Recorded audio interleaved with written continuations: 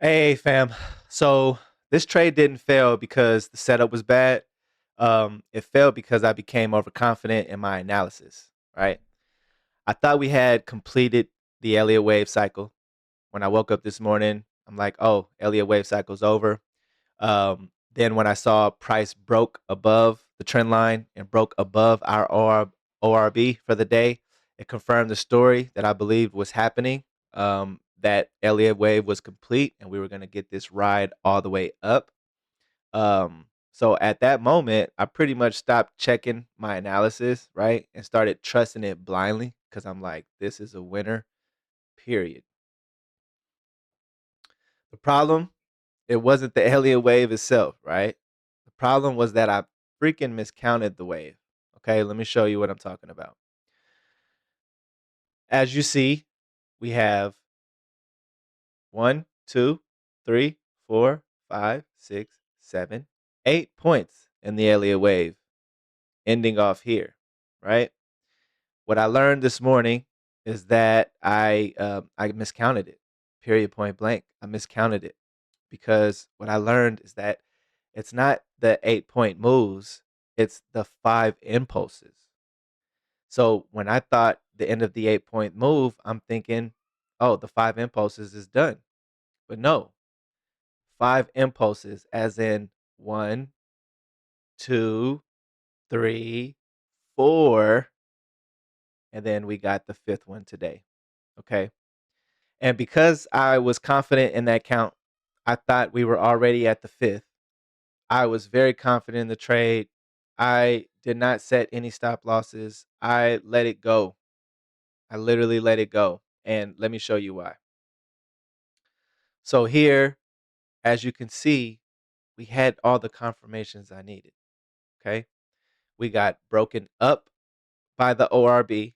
Here's the 5 minute candle chart. Okay. So we broke up our ORB, solidified, right? We broke up our overall trend line. Okay. Also, another confirmation for me. And then we had all this retest here at the ORB top. I'm thinking chart can do whatever it wants to do, right? It can do any of this movement here, comes down, any of this movement here. I'm fine with that. But overall, it was going to buy for me. And based on my analysis of the Elliott wave, as in my trust in the orb breakout, I was not worried.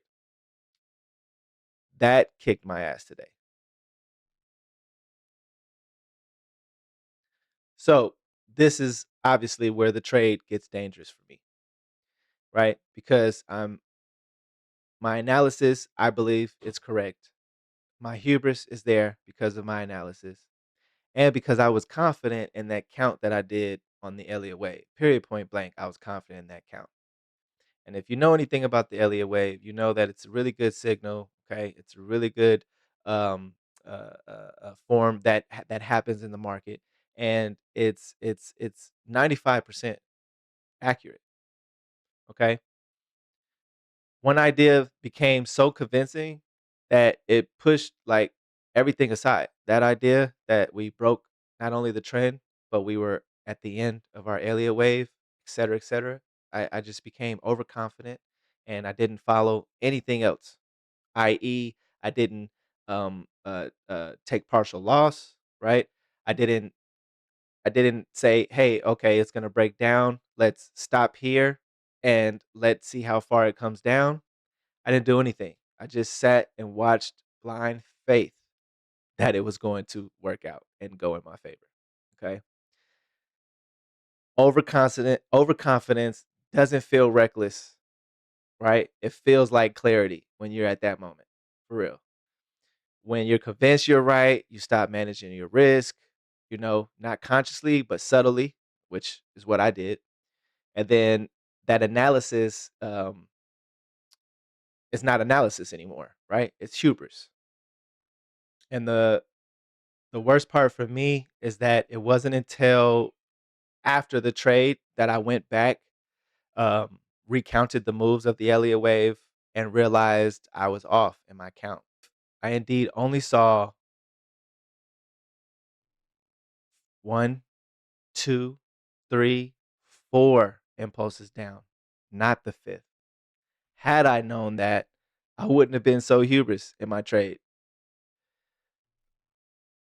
So here's the rule I reinforce after days like this, right? If one tool or one narrative makes me ignore everything else, I got to step away. I should have protected the bag as always. I should not have allowed the hubris take over and my analysis take over. By the time it entered back into our trend, I should have noticed that as well. But shoulda, woulda, coulda, right? We're not gonna go there now. Shoulda, woulda, coulda. I wish I woulda did differently, but I didn't, and now we just have to learn. Period. Point blank. I have to learn from it, and for me, it resulted in a little over $1,400 loss. So we live to fight another day, and I hope all you traders, all you non-traders, you learn from this mistake, and we all move forward. Okay. I appreciate y'all for tuning in, rocking with me, and follow for more tips.